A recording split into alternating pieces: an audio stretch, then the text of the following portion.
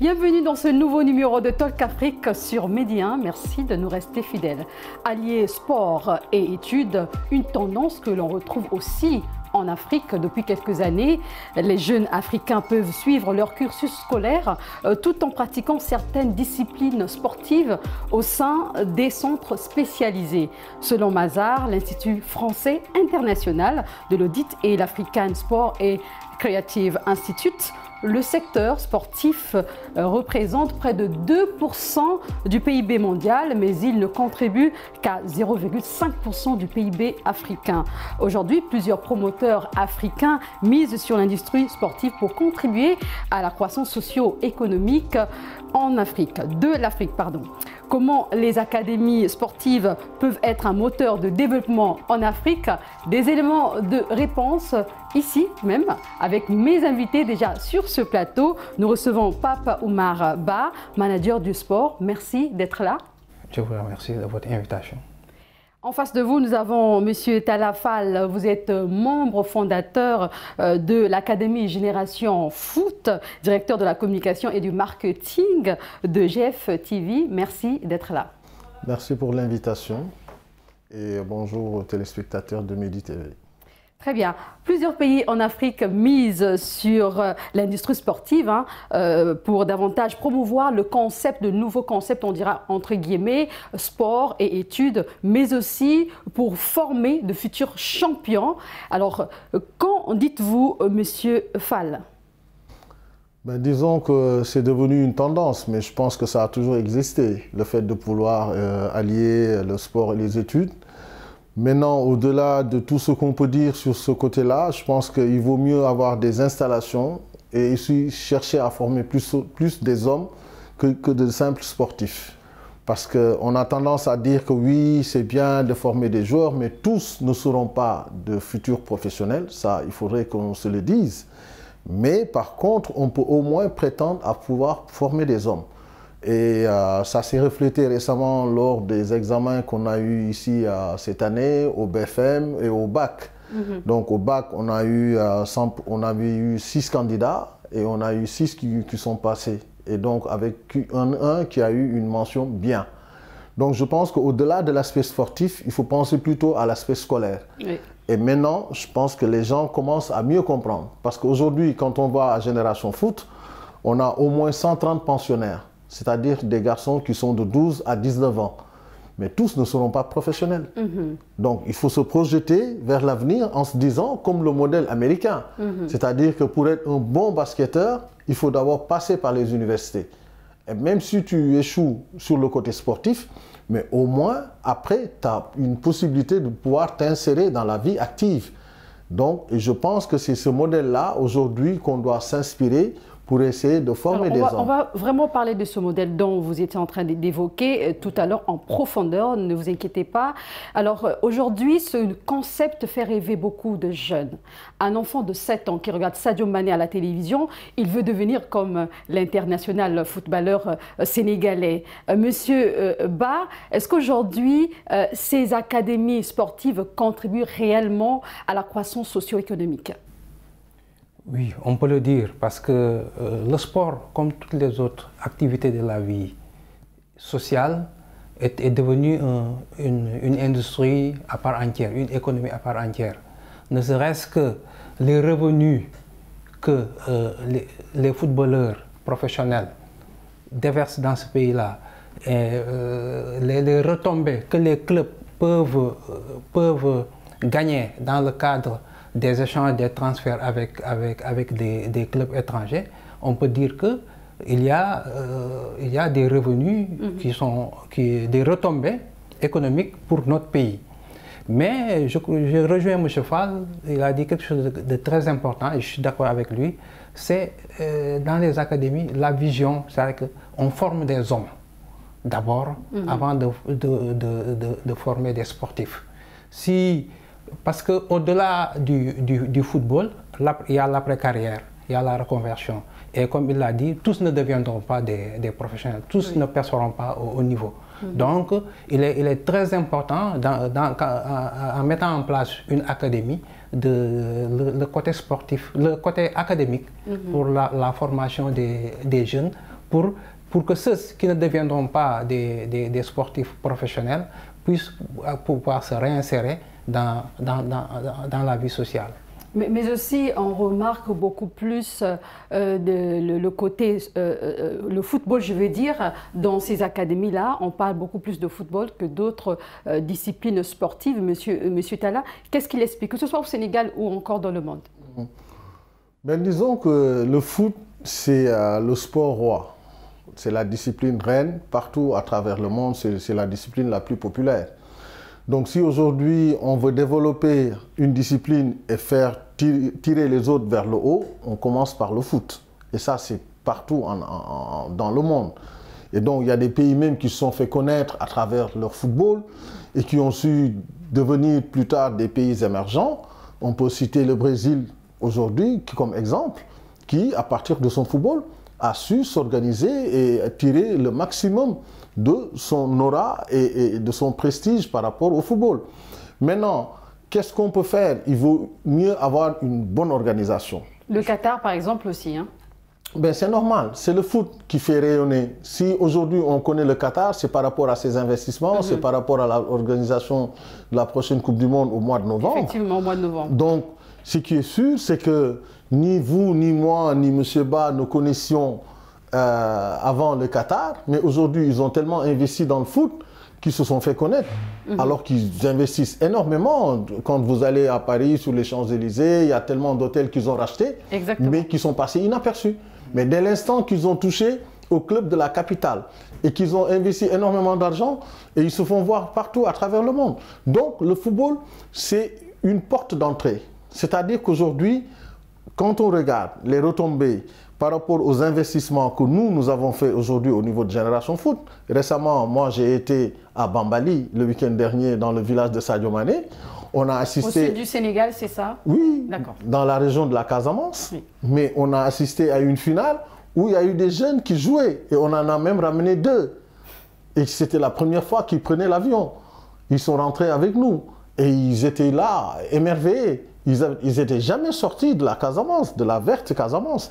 Mais néanmoins, à partir de là, si ces garçons-là, avec le football, ils arrivent à gagner de l'argent, à envoyer de l'argent à leurs parents, à pouvoir prétendre être de futurs footballeurs professionnels, mais ça fait développer un pays. Parce que c'est des investissements qu'ils vont faire de part et d'autre, comme nous aussi, par rapport au modèle qu'on a. On a aujourd'hui un modèle qui emploie plus de 300 personnes. Le football d'avant n'aurait jamais pu le faire. Et il y a également le développement, la paix. Monsieur Ba, comment est-ce qu'il faut justement faire de sorte que ces académies sportives puissent être au service du développement et de la paix, justement? Oui, bon, le sport, comme vous savez, le CIO, le Comité international olympique, dans le cadre des Jeux olympiques, il décrète dans le monde entier la paix. Parce que pour eux, le sport doit être un vecteur de paix dans le monde entier.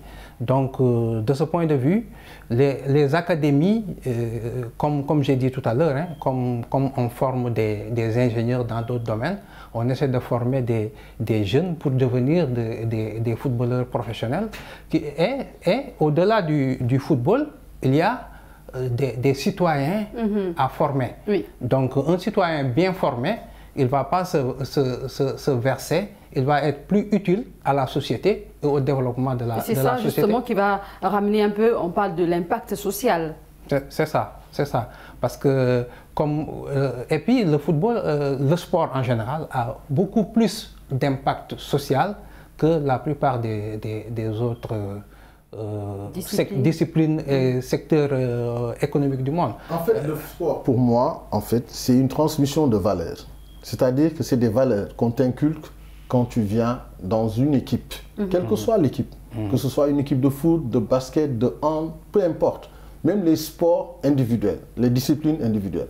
C'est-à-dire, on te demande d'être fair play, de respecter l'adversaire, d'être solidaire. Ça, c'est des choses qu'on retrouve dans la vie courante de tous les jours. Le respect de soi et le respect des autres. Ça, c'est des choses qu'on t'apprend. Et même l'alimentation rentre en jeu aussi. Oui, tout à fait. Peut-être que pour nous, aujourd'hui, qui avons des moyens, nous, on peut se permettre aujourd'hui de prendre une diététicienne Parce qu'on a les moyens de pouvoir le faire. Parce qu'on se dit, quand tu veux avoir des joueurs de top niveau, avant qu'ils ne partent d'ici, il faut les mettre dans des conditions de performance. Et les conditions de performance, c'est quoi? C'est l'hébergement, c'est la restauration, c'est l'éducation et c'est le travail aussi. Alors, sans vous interrompre, tout à l'heure, il parlait de l'impact social. Et cet impact implique aussi les pouvoirs publics. Dites-nous comment se passe la collaboration entre ces autorités publiques et vous-même qui êtes justement dans le domaine. Quand je parle de vous, je parle de Génération Foot, je parle de Diambar. Puisque vous êtes de Génération Foot, certainement. Bien sûr, si je parle pour l'ensemble des académies. Parce qu'aujourd'hui, à titre d'exemple, tous ces centres de formation aujourd'hui qui existent au Sénégal ont pu bénéficier d'une manière ou d'une autre d'une contribution de l'État. En faisant quoi? C'est-à-dire qu'aujourd'hui, tu es dans l'investissement, l'État t'exonère tout ce que tu fais dans l'investissement.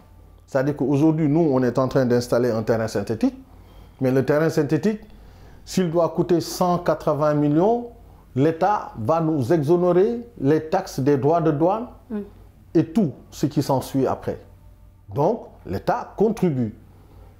Peut-être pas de manière extraordinaire, mais il met sa main. On t'incite demain, si tu achètes du matériel pour l'investissement, l'État te donne des exonérations pour pouvoir bénéficier de tout ça, pour au moins réduire les coûts de l'investissement. Donc l'État t'accompagne quelque part. C'est-à-dire sachant que c'était de son rôle de pouvoir ouvrir des écoles, des académies. Mais est-ce que l'État accompagne tous les centres, toutes les académies, ou bien ça dépend de la vision quelque part aussi tous. Dès l'instant que vous êtes bien organisé, vous voulez faire des investissements, l'État est là. C'est-à-dire que tu fais la demande au niveau du ministère des Sports, passant bien entendu par ta fédération de tutelle, et après, ça se retrouve au niveau du ministère des Finances. Et c'est le ministère des Finances qui te donne les exonérations dont tu as besoin. Donc, c'est vrai qu'il n'y en a pas énormément au Sénégal, mais les gens commencent à s'implanter un peu partout et à aussi faire des terrains synthétiques. Parce que pour pratiquer un bon football, il faut un bon terrain déjà. C'est ça qui te permet de pouvoir faire une bonne passe, de pouvoir courir, de pouvoir frapper. Et donc tout ça, c'est le minimum. Parce qu'avant de pouvoir prétendre à quoi que ce soit, il faut d'abord un bon terrain. Donc, et sur ce domaine-là, l'État essaye de faire de son mieux. Maintenant, on peut toujours demander davantage par rapport à l'État. Mais actuellement, par rapport à ce que je vois, que ce soit Diambar, que ce soit Génération Foot, que ce soit Dakar Sacré-Cœur, nous tous, on bénéficie d'un accompagnement de l'État. Alors, concernant les centres de football, on voit qu'il y a des joueurs qui sont devenus des footballeurs internationaux, notamment Sadio Mané, Ismaïla Sarr, c'est bien cela. Il y a aussi Habib Diallo qui sont sortis de Génération Foot.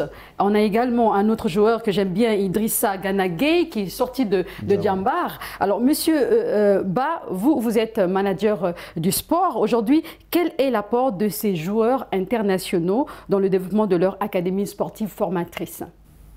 Bon, je ne peux pas dire, je ne connais pas exactement ce qu'ils apportent, par exemple, les joueurs sortis de Génération Foot. Alors c'est plutôt M. Talla qui doit répondre à cette question, je crois. Mais peut-être que vous avez quelque chose à dire là-dessus avant qu'il ne contribue. Non, de toute façon, ce sont des Sénégalais. Tout ce qu'ils gagnent, ils l'amèneront au Sénégal.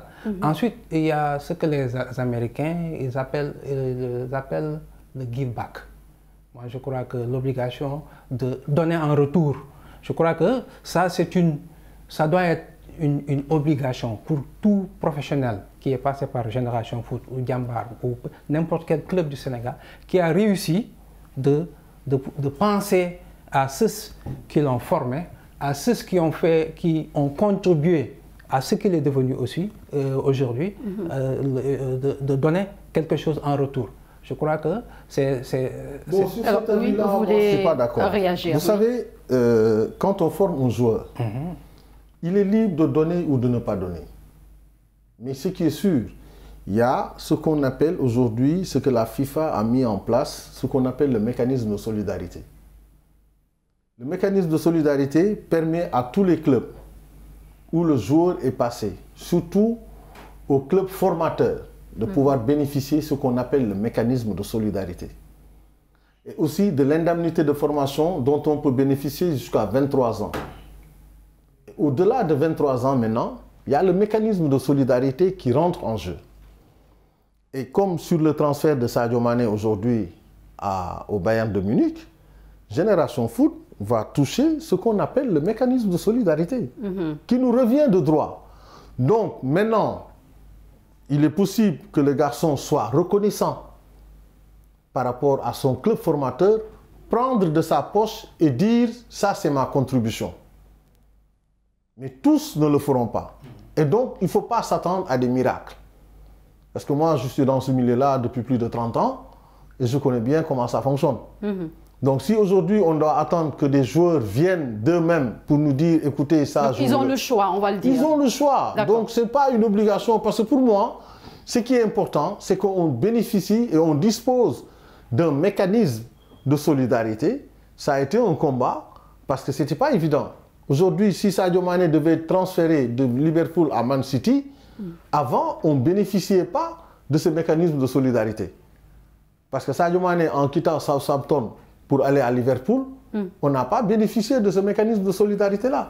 Et entre-temps, il a fallu se battre pour faire comprendre aux autorités sportives, dont la FIFA, qu'il est important, nous qui sommes les plus faibles, de pouvoir au moins bénéficier de ce mécanisme de solidarité-là. Parce que si le joueur reste dans le même espace géographique, c'est-à-dire que quittant un club anglais pour un autre club anglais, on ne disposait pas de ce mécanisme de solidarité. Alors ce secteur est promoteur, le secteur sportif est très promoteur.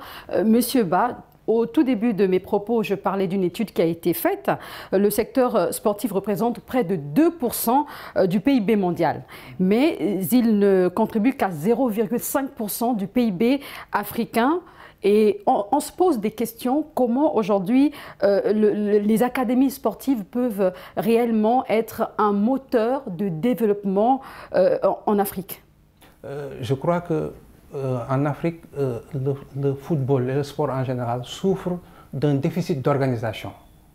Par contre, avec les académies, il y a un début d'organisation qui est au niveau du secteur du sport et du football en particulier. Donc moi je crois que la multiplication des académies dans les pays africains va permettre de résorber ce problème, cette faible contribution du sport ou du football dans l'économie africaine. Donc les initiatives comme Génération Foot, Jambar et d'autres centres de formation, quand ils sont bien organisés, je crois que c'est une réponse pour résorber ce déficit de contribution du sport dans l'économie africaine. Et c'est comment aussi on parle de mauvaise gestion de carrière, les infrastructures et la formation. Est-ce que vous êtes d'avis? Oui, bien entendu, parce que souvent on a eu des cas où une bonne partie même des joueurs qui ont eu la chance de pouvoir évoluer dans ce milieu-là et qui ont été professionnels et qui n'ont pas su gérer leur après-carrière. Et ça, c'est vraiment dommage. Et c'est pourquoi nous, aujourd'hui, on essaye d'améliorer ce côté-là. En se disant, ben, écoutez, nous, on va faire en sorte de pouvoir accompagner ces enfants-là, ces garçons, de leur montrer la voie à suivre. Maintenant, eux aussi, ils sont libres de ne pas suivre ou d'accepter. Peu importe. Parce qu'à un moment donné, on les laisse livrer à eux-mêmes. Parce qu'il y a beau dire qu'il faut les accompagner, qu'il faut un suivi derrière, qu'il faut les pousser. Mais le problème fondamental, ce sont les parents. Un joueur, quand tu le formes et qu'il signe un contrat professionnel, demain, la famille vient se présenter pour le dire « Ah non, non, non, c'est notre fils. C'est à nous de gérer sa carrière, c'est à nous de faire ceci ou de faire cela. » Et après, quand il y a échec plus tard, parce que c'est des garçons qui ont eu à gagner pour certains beaucoup d'argent. Maintenant, si tu ne fais pas de bons placements, de bons investissements, tu ne peux pas non plus prétendre à avoir une après-carrière dorée. Maintenant, est-ce qu'ils sont assez responsables pour se dire, maintenant, je me projette vers l'avenir en me disant, qu'est-ce que je dois mettre? Est-ce que je dois écouter des conseils? Mais quel peut être le rôle, justement, des managers? Mais c'est là que le joueur doit être humble. Accepter quelqu'un qui s'y connaît mieux que lui. Qui a les outils avec lui pour pouvoir l'accompagner dans sa carrière et l'après-carrière. Parce que ce que l'on voit, les Européens, ils réussissent mieux leur après-carrière que les joueurs africains qui ont eu pour certains à gagner énormément d'argent. Vous avez parlé de la responsabilité des parents. Je suis d'accord avec vous, mais quelque part aussi, on va parler des pensionnaires et même vous-même. Que deviennent ces jeunes? Aujourd'hui, peut-être un jeune rêve de devenir un footballeur international, mais à un moment donné, pour une raison ou une autre, un cas de maladie, ce dernier ne peut pas être un joueur international. Vous faites quoi en ce moment-là? Je parle de vous dans Génération Foot. Ben écoutez, nous, ce qu'on a déjà mis en place, c'est-à-dire aujourd'hui, on a un lycée. On se dit, le garçon, il a la possibilité de pouvoir faire des études au-delà du foot. Donc c'est pourquoi on est devenu beaucoup plus exigeant sur ce côté-là. En se disant, ben écoutez, vous êtes là, il faut aller en classe, il faut aller à l'école. Il n'y a pas que le foot dans la vie. Parce qu'on peut ne pas devenir professionnel, mais on peut devenir un bon technocrate. On peut devenir un bon ingénieur. On peut devenir un bon énarque à travers la formation. Parce que les conditions sont là. Tu as des professeurs qui sont là du matin au soir. On a des emplois du temps adaptés. Maintenant, ce n'est pas seulement à nous de mettre ça en marche. C'est aux parents aussi de se dire que leur garçon peut ne pas réussir demain. De nous accompagner dans ça. Parce qu'on se focalise trop sur l'argent, sur le gain. Et il n'y a pas que ça dans la vie. Quand on parle des académies sportives, il n'y a pas que le football, il y a également d'autres disciplines. La SID Academy, par exemple, est la première académie d'étudiants athlètes de basketball en Afrique. Elle est basée à Thiès, au Sénégal. 92% des diplômés de l'Institut se sont inscrits dans des universités aux États-Unis et au Sénégal également. Ils ont aussi suivi une formation professionnelle et ont trouvé un emploi d'après les responsables de cette école. Quelle appréciation faites-vous de la SID Academy? C'est une excellente initiative parce que ça c'est le modèle américain. Pour eux, voilà, eux ils forment des citoyens, des hommes d'abord avant de former des sportifs. C'est pourquoi eux, dans leur vision, la formation, l'éducation, la formation, c'est très très important. Donc c'est un modèle qui est... Moi je crois que c'est un modèle que la plupart des académies doivent adopter. Quand vous parlez des académies ici en Afrique, ils doivent adopter ce modèle-là. Parce que comme il l'a dit, les parents, les jeunes, eux, ils se focalisent que sur l'aspect sportif, devenir footballeur, gagner de l'argent. Alors que même si on devient footballeur, la carrière c'est peut-être 35 ans ou plus tard. Je vais vous donner un exemple. Mais toujours avec, si vous permettez, toujours avec vous, Monsieur Ba, il est reproché aux promoteurs de privilégier beaucoup plus le sport que les études. Que dites-vous par rapport à cela? C'est vrai que la majorité, oui, mais on ne peut pas dire la même chose pour Génération Foot. Il n'y a pas que Génération Foot, il y a aussi d'autres centres. Mais Jambar a même une relation aujourd'hui aux États-Unis. Les joueurs qui n'arrivent pas à décoller sur le plan sportif, on les oriente directement aux États-Unis pour continuer leur formation. Donc, c'est-à-dire qu'aujourd'hui, on est tous responsables dans le cursus de ces garçons-là. Il faudrait que les parents jouent leur rôle. Parce que nous, on est là, on accompagne. Parce qu'aussi, il ne faut pas oublier une chose.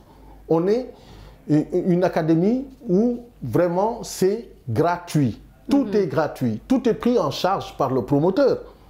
Moi, je connais SID Academy, je connais Kalofal. Les financements, comment il a pu faire pour trouver les financements jusqu'à en arriver là.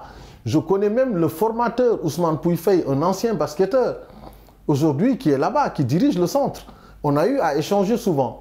Et je leur ai dit, aujourd'hui, le modèle le mieux adapté dans le monde du sport devrait être le modèle du basket américain. À titre d'exemple, on prend LeBron James, qui est encore en activité aux Lakers. LeBron James, aujourd'hui, il est actionnaire à Liverpool. Il a son mot à dire. Alors, Monsieur Ba, est-ce que vous pensez que ce secteur pourvoit réellement des emplois aux jeunes en Afrique?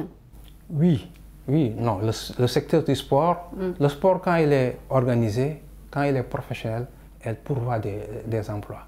Le secteur est le sport est un secteur qui a des ramifications transversales. Quand le sport marche, elle a des ramifications dans beaucoup de domaines.